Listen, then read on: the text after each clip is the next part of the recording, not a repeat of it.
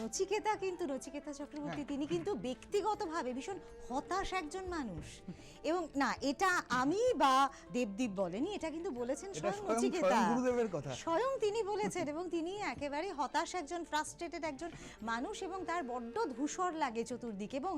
এরকমটা তার মনে হয় যে আগামী দিনটা কি হবে এবং এই যে বিষয়টা সেটাই কিন্তু তার মূলত এই যে এই ধরনের গানগুলো তিনি সৃষ্টি করেছেন তার ইন্সপিরেশন। এবং সত্যি কথা বলতে কি তিনি তার গজল গানের কথা যদি আমরা বলি, তার